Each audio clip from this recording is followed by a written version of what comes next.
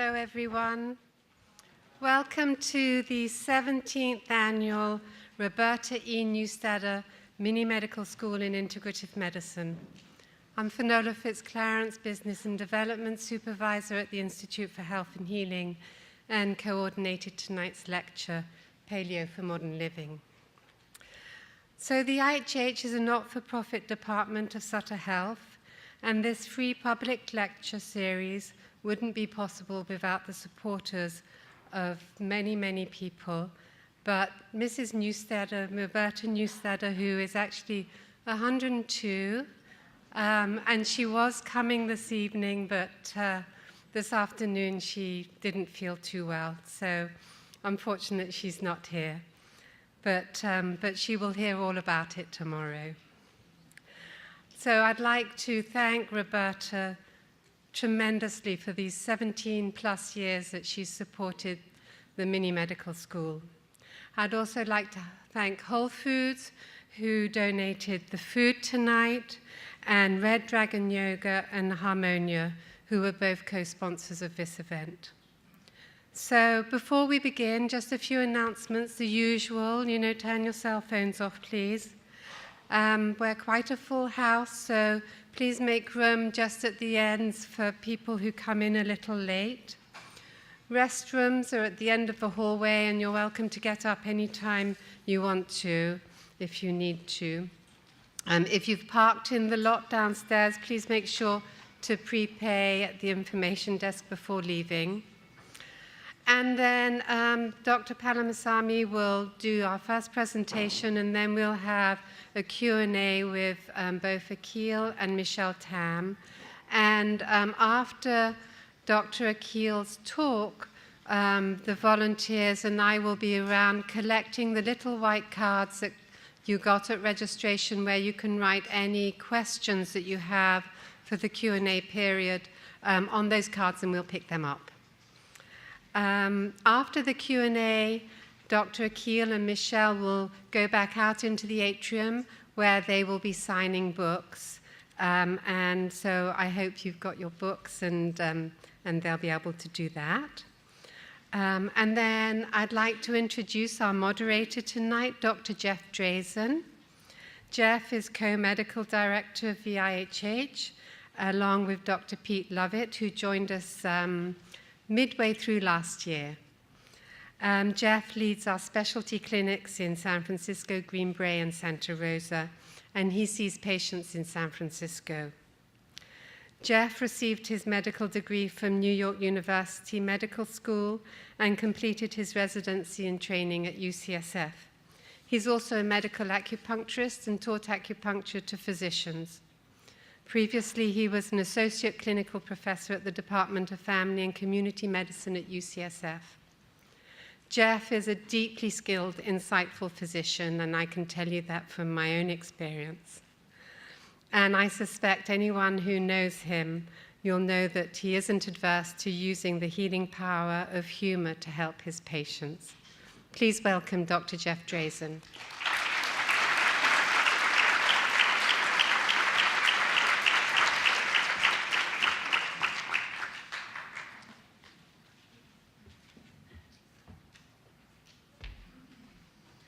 Good evening.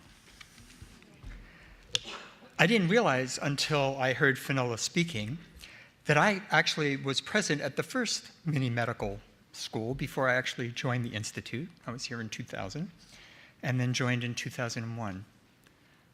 And I didn't realize that I'd actually have the emotions welling up in me as I stand before you as a moderator tonight. It's a special night, and I've been asked to do three things.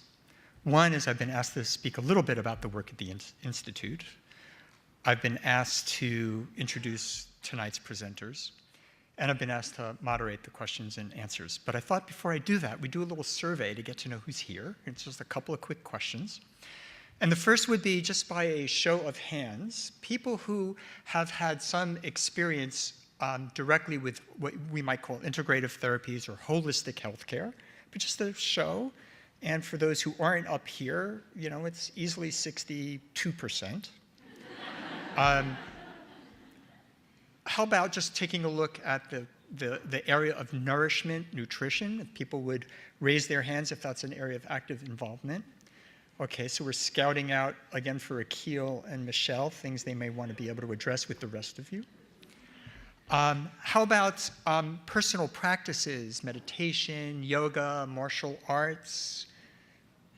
Yeah. Let's see, energetic treatments, acupuncture, Reiki, excellent. And finally, people who seek care through what would either be an integrative practitioner or a healing arts practitioner, so you get direct services. Yeah, about the same. And how about those who utilize what would be a holistic center? So these things are kind of practitioners who actually work with a group of practitioners, less so. Yeah, great, thank you. So I had a little bit of caution about talking about the Institute. It seems a little ungracious to kind of do that, but I think in the context of presenting our history. In 2000, if I had asked the questions of who's involved with holistic or integrative care, there would be fewer hands going up in the audience, because the Institute really started as a place to popularize within a medical community what was emerging for decades before in terms of other ways of looking at health and healing. And our first work, really through mini medical schools and through programs and classes, was really to popularize and give people some experience. And it was really through the generosity of some advocates that we even thought about a clinical program. Right? So our clinic actually goes back to about 2000. The Institute goes back about 4 or 5 years earlier than that as the program of philosophy and medicine. And when we began our clinical practice, for those, there's a number of us in the audience, people associated with the Institute, we did not really have a clinical business plan. It was something to kind of try and evolve over time. And in the first 5 years of practice, in a small 5-room clinic, the popularity and the interest in this area really grew dramatically. So much so that our space upstairs was transitioned to a space downstairs about 2 times the size of it. And the timeline from 2005 or 6, around that time, to the really massive expansion in many different centers, but our own history, expanding into an insurance-based practice, to be part of a multi-specialty medical group, to, in 2010, initiate a second practice in Green Bay, and dramatically expand the number of people using our services, to, in 2013, beginning a practice in Santa Rosa.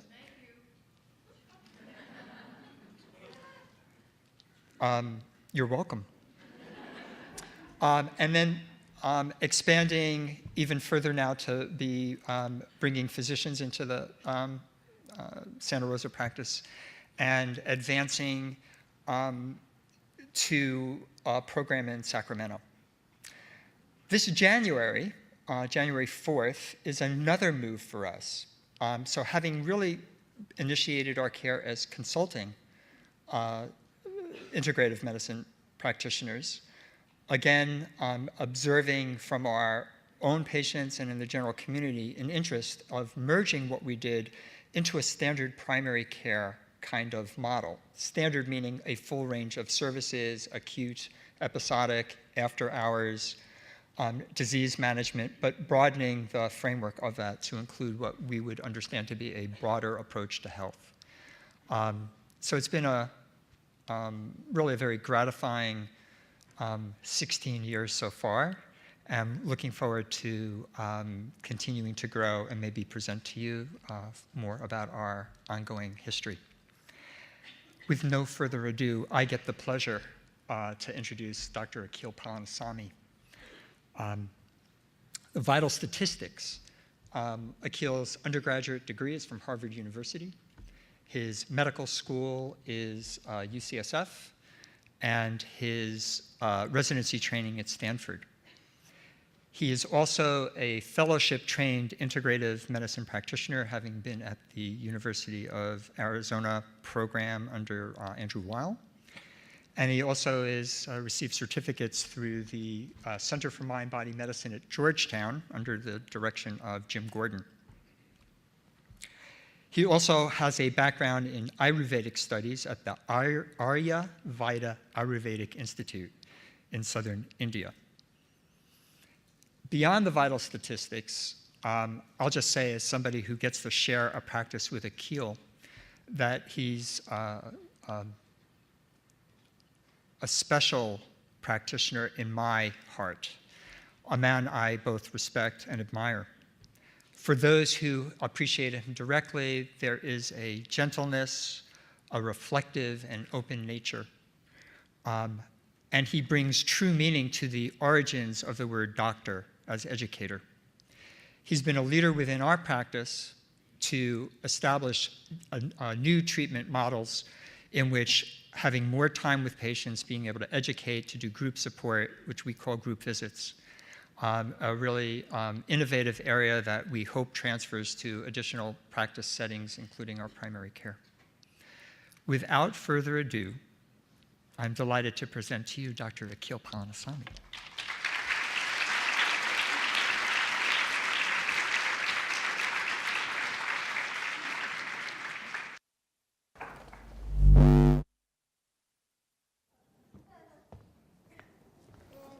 Okay. Thank you all for coming tonight, and it's really a pleasure to be here with you. So I'm going to try to get through. I have a lot of material to cover tonight, and so the focus of my talk is the unknown superfoods, maximizing the nutrition of your fruits and vegetables. Okay, so this is my basic approach to health. There's 5 key elements. The first, and the one that I'm going to focus on tonight, is a nutrient-dense paleo diet. And the magic of Ayurveda, which is the traditional medicine from India, is that it lets you customize a diet to your unique body type. And that's the second pillar. Ayurveda also features a really strong emphasis on spices, which are incredibly healing elements. And I also emphasize daily, regular detoxification with foods and periodic, more intensive detoxification with food and supplements. So the whole focus of tonight's talk is on these 2 words, which are nutrient density. So we're going to talk about nutrients and exactly how you can get the most of them out of your daily meals. So a couple of words about Ayurveda. This is a big focus of my practice, but we're not going to have too much time tonight to go into it.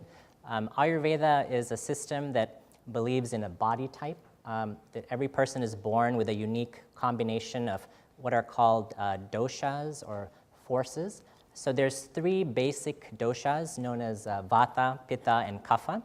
Vata you can think of as wind, roughly. Pitta you can think of as fire, and kapha you can think of as earth. And every person is born with a unique combination of those 3. And therefore, unique diet is recommended for each person.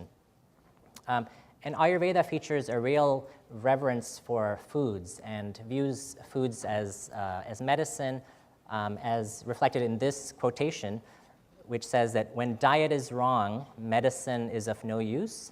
When diet is right, medicine is of no need. So I think that was probably true maybe 3,000 years ago, but with the way the food supply has changed, I'm not sure if that's still true. But I would be happy if doctors were out of business and everybody could be healed with nutrition. I could retire early. So tonight we're going to talk about maximizing your nutrients. So there's 2 main categories of nutrients. There's macronutrients and micronutrients. Macronutrients basically involve protein, carbohydrates, and fat. We're not going to focus on those. Tonight we're going to talk about micronutrients.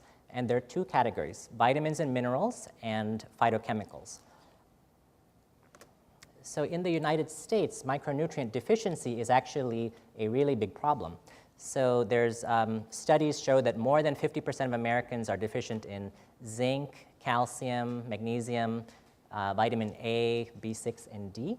and actually a third of Americans are deficient in other B vitamins, folate, and so there's a very widespread problem with just very basic vitamin and mineral deficiency.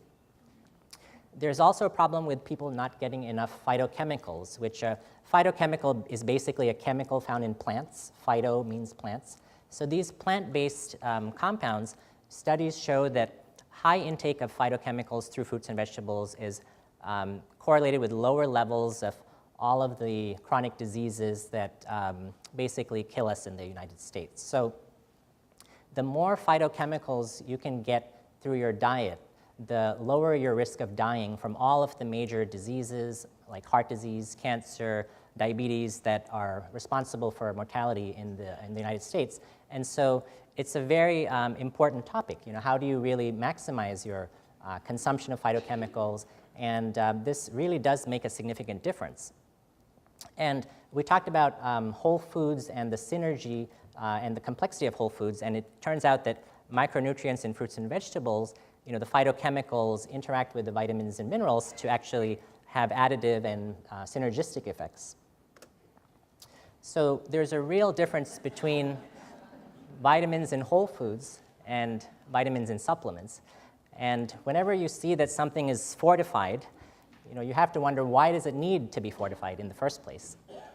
So vitamins in foods are actually complex structures that have enzymes and coenzymes and other elements that are critical for optimal absorption and function of those nutrients. So that's very different from the isolated vitamins and minerals that you might find in supplements. So let's take an example of vitamin E. So vitamin E is a very important fat-soluble vitamin and antioxidant. It's important for the immune system, for heart function. And in the whole food source, which here are some really good sources of vitamin E from whole foods, there's actually 4 different components called tocopherols, and then 4 different components called tocotrienols, and other factors. So there's at least 8 or 10 different components of the vitamin E complex when you look at whole foods. But when you look at a supplement, typically you might find D-alpha tocopherol, which is in this supplement, which according to the FDA is vitamin E. So according to the FDA, any company can put this in a supplement and call it vitamin E, and the average consumer may not realize that there's a difference. Vitamin E in supplements is often petroleum derived because those are less expensive, and it's not derived from food sources. And because it's not lacking all the other cofactors and coenzymes, the supplements often lack potency and the synergy that we were talking about. But is this really a problem? Can supplements cause harm? Surely a few extra vitamins or minerals would just wash out of your body, right? Well, not true, actually, because a study from Johns Hopkins actually found that doses of vitamin E supplements that exceeded 400 IUs actually were associated with an increased risk of dying from all causes. And then 2 studies have found that beta-carotene supplements actually lead to an increased risk of lung cancer among smokers. And this is also highlighting the fact that beta-carotene is not the same as vitamin A, although according to the FDA, a beta-carotene supplement can be labeled as vitamin A. So there is really a very significant difference between whole foods and supplements. So the take-home on supplements is that we really did evolve to get our nutrients from food, but testing can help diagnose nutritional deficiencies, and there can be a role for supplements, targeted supplements that are treating specific deficiencies. And you want to be especially careful with supplementing. So iron deficiency is one of the very common deficiencies in the United States, but with iron, like with all nutrients, there's a sweet spot where you can have either too little or too much, but you want to be just in the middle. So too much iron is also associated with certain problems. Same with calcium. So how many people have been confused about what to do about calcium? Okay, so a lot of people, because for many years, calcium was recommended to prevent osteoporosis and to be taking 1,000 or even more milligrams per day.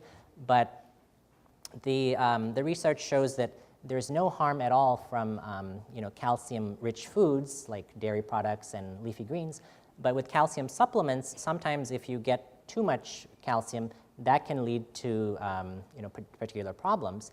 And I believe that the reason for that is that calcium is in very close connection with other vitamins, specifically vitamin D and also a type of vitamin K called vitamin K2, which is very important for bone health. So same thing with calcium. If you are taking calcium as a supplement, you want to make sure you have adequate levels of vitamin D and also vitamin K2 to make sure that the calcium is utilized properly.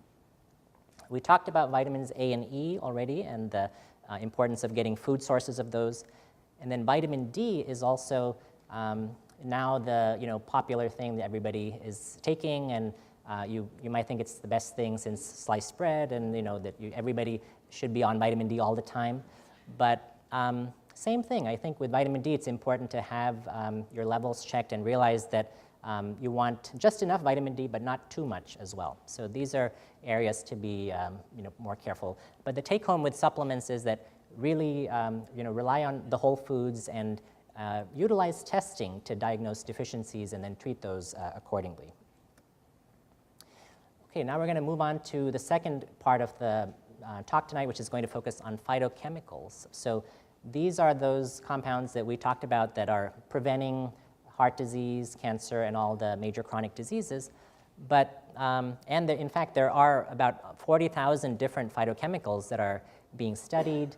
A lot of them are, antioxidants, anti-inflammatories. But our modern fruits and vegetables are actually very different from the wild fruits and vegetables that we used to eat many millennia ago.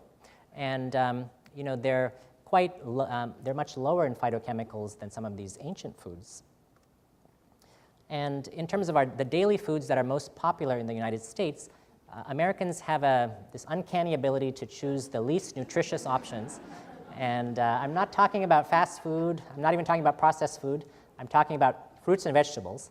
But in the United States, the most popular fruits and vegetables, iceberg lettuce, potatoes, which is 142 pounds per person per year. About 50% of that is in the form of French fries. And bananas and pears are the most nutrient poor, and by nutrients I mean phytochemical poor. So iceberg lettuce is wonderful as a source of fiber, but it's really lacking in phytonutrients, as we will find out later in the talk. But is this really important? Wouldn't it be just simpler to tell everybody, eat more fruits and vegetables, end of conversation? Is this really significant? So let's look at this, this illustration. So there was a study that compared wild apples, which are apples that were not modified to be large and sweet, to your modern supermarket apples. So let's say that you have a 1 ounce of wild apples in your left hand and 1 ounce of supermarket apples in your right hand. What would be the percentage difference in phytochemicals, in nutrients? So just shout out the answer there. 70, 80. Okay, I heard 70, 80. No, it's much higher than that. 200, no, it's higher. 500, no, more. 1,000, no, more. I'm going to wait until I hear the answer. 5,000, no, more. 1 billion. Less than 1 million. It's above 5,000. Okay, 47,500. Yeah. Yeah, and this is I know it's a really striking statistic, but the researchers, this was published in kind of an agricultural journal, and it didn't get any real publicity or news. But when I was doing research for my book, and that's why I spent a whole chapter kind of talking about how to maximize your nutrients from fruits and vegetables. But it's really amazing. I mean, this is like apples and oranges almost. It's like, pardon the pun, but it's almost like the deck is stacked against us in terms of the loss of nutrients from our modern foods and even fruits and vegetables. So that's really the kind of difference that we're talking about here. So I'm going to give you a few general guidelines before we get into more details about how to maximize those phytochemicals. So The first thing is that the more deeply colored a fruit or vegetable is, the more phytonutrients it contains. And this is pretty logical. You probably heard the saying, eat the rainbow. And darker colors like your red, purple, black, and blue tend to reflect higher levels of different phytochemicals. Like red is often anthocyanins, orange is often the carotenoids. So there's different antioxidants and phytochemicals that correspond to these colors. And then most of a fruit or vegetable's antioxidants are actually in the skin or just below the surface. And the reason for that is that these are how plants protect themselves.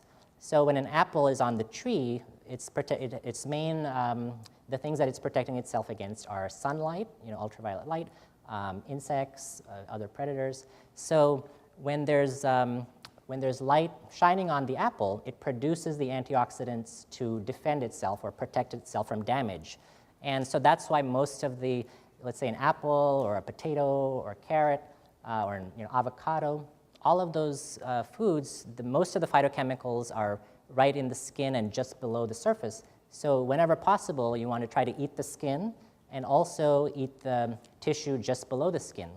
So for example, with avocados, you've probably noticed that when you peel the avocado, closest to the peel, there's a kind of a darker green layer that's darker than the rest of the flesh of the avocado. So that's the area where there's the most antioxidants.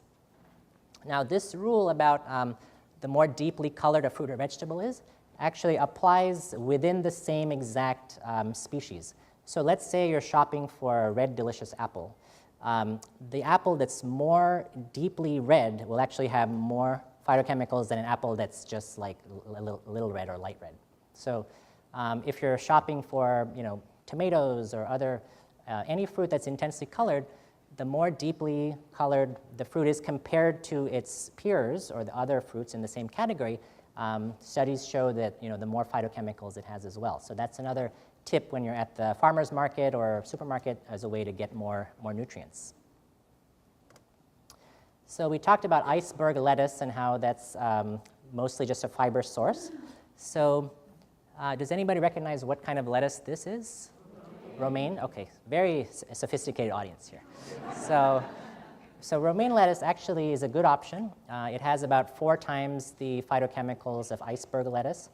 And then there's a simple technique that you can incorporate, which is called lettuce wounding, which basically, if you remember that antioxidants are the plant's defense system, if you can make the lettuce think that it's under attack, it's actually going to produce more antioxidants. Now, I know this sounds crazy, but when you buy a head of lettuce, if you take it home and just tear the lettuce into small pieces, like 3 pieces per leaf, and leave it overnight, in 24 hours, the antioxidant content will double. So lettuce wounding actually makes a difference. The same exact lettuce, the same exact plant, but it actually responds. And when you tear it up, it does its shelf life does go down, so you do want to eat it within 24 hours. So even better options than romaine lettuce are, people recognize these? What is this? No, it's not red cabbage. Radicchio, yeah. Radicchio is actually, radicchio has 4 times more antioxidants than romaine lettuce, so it's an even better option. Arugula is a really good option. The peppery flavor and taste of arugula reflects the phytochemicals that are in it. And then loose leaf lettuce of any color, green or red, is also a pretty good option. Okay, so somebody mentioned red cabbage. So cabbage is actually the #1 vegetable in the world based on volume and weight. So cabbage is the world's most popular vegetable. But if you just choose red cabbage, you can actually get 6 times the antioxidants of normal green cabbage. So it's a simple way to maximize the nutrient density. And red cabbage is very widely available. This is a picture from my local supermarket. Okay, and then cauliflower.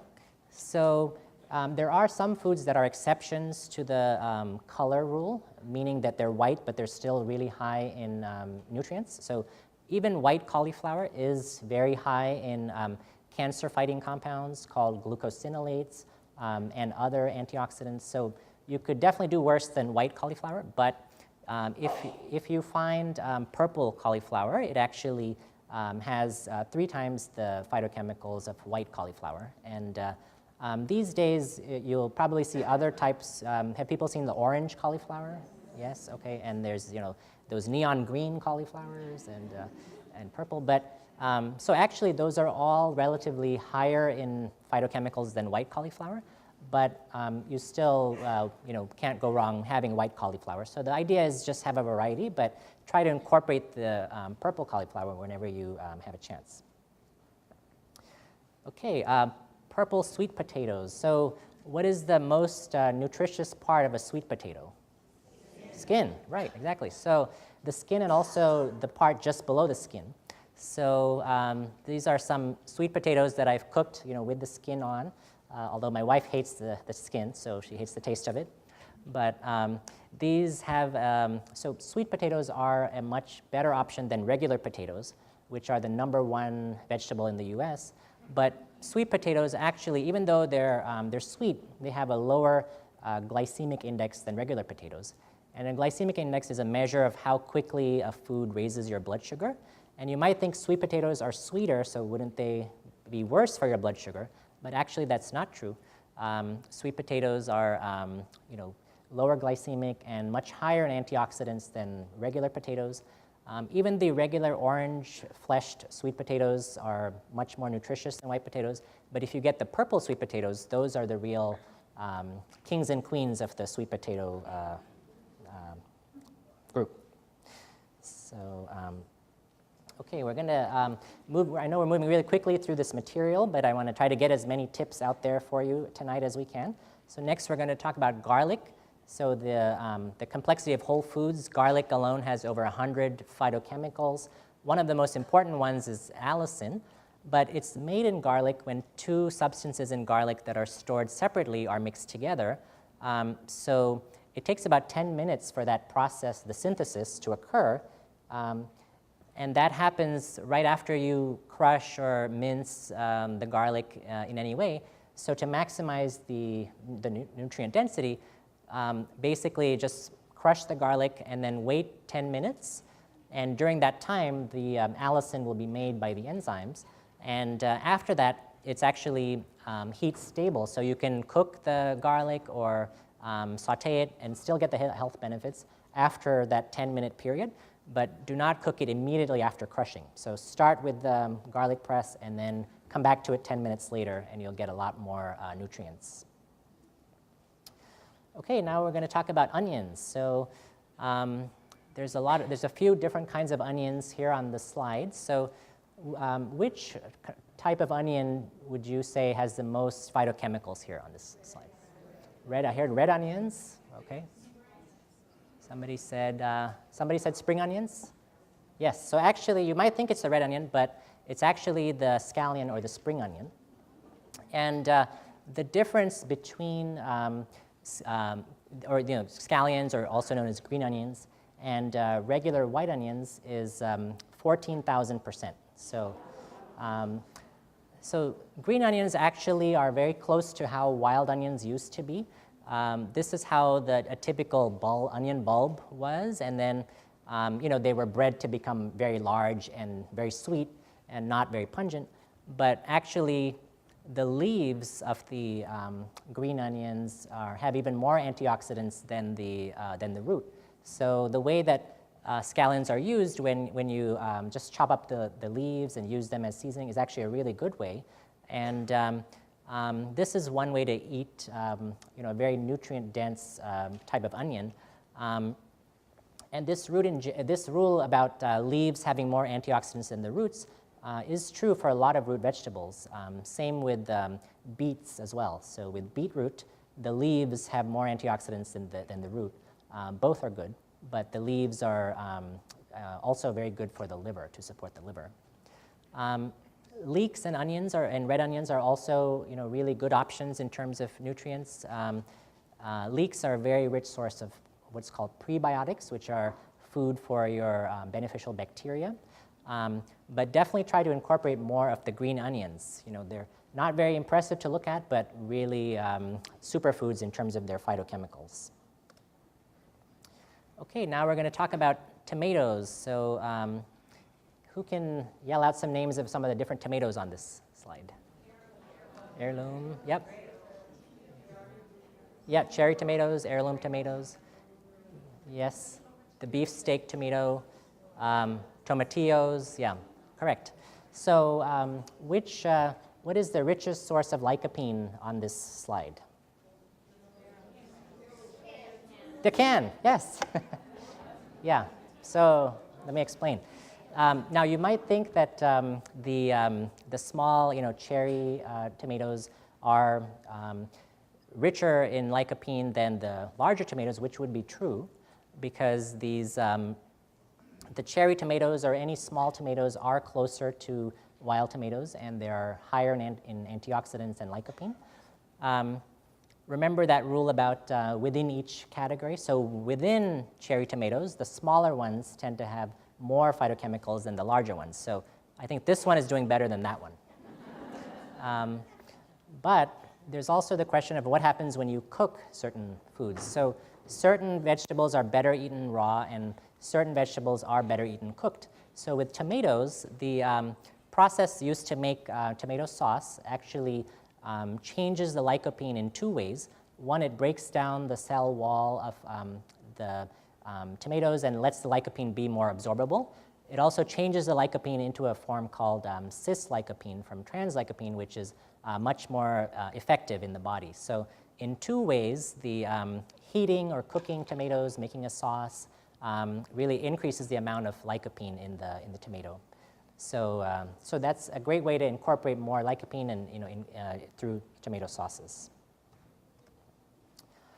Okay, so spices are one of my favorite topics, and I have a whole chapter in my book on spices. Unfortunately, we don't have that much time tonight to go into detail, but there was a study from a Harvard biochemist who ranked different categories of foods based on nutrient density.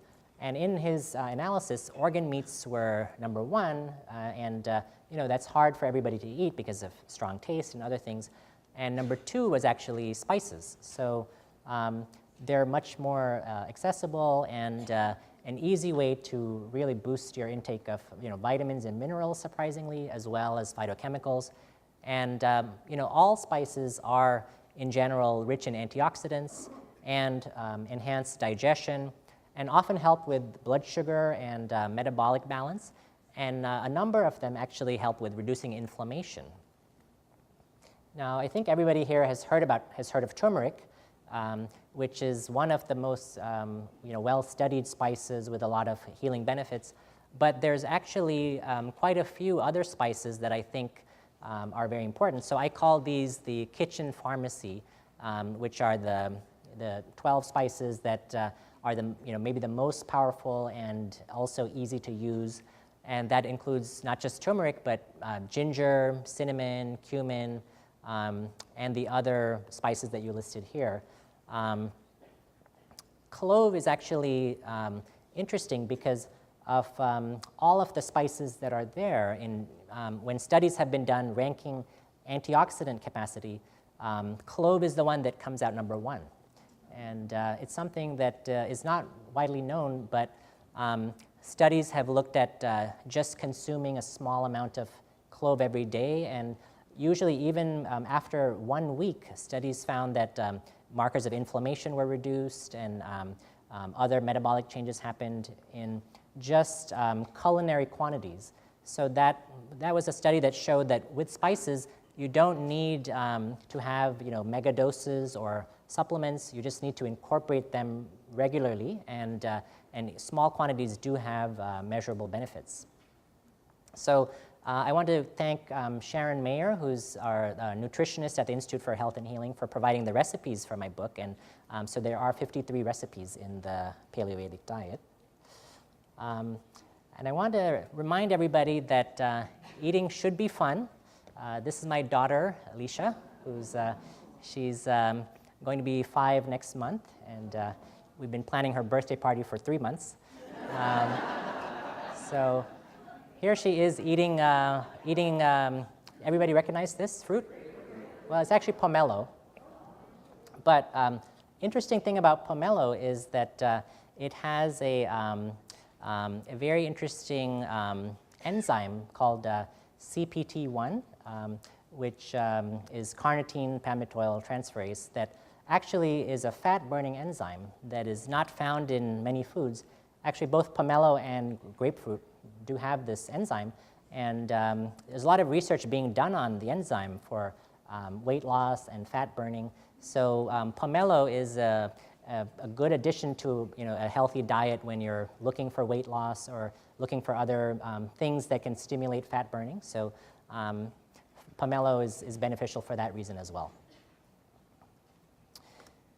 So I want to just mention in closing that we have the Institute for Health and Healing is also putting together a conference later this month at UCSF with a few other speakers. It's an all-day event.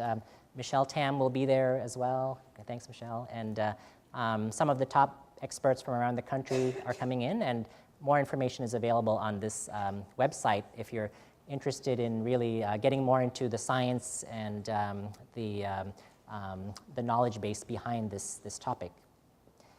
And in closing, I want to thank everybody and also thank the Roberta Neustadter Foundation for providing the support for this event, and really looking forward to the panel with Michelle and taking all your questions. So thanks for your attention.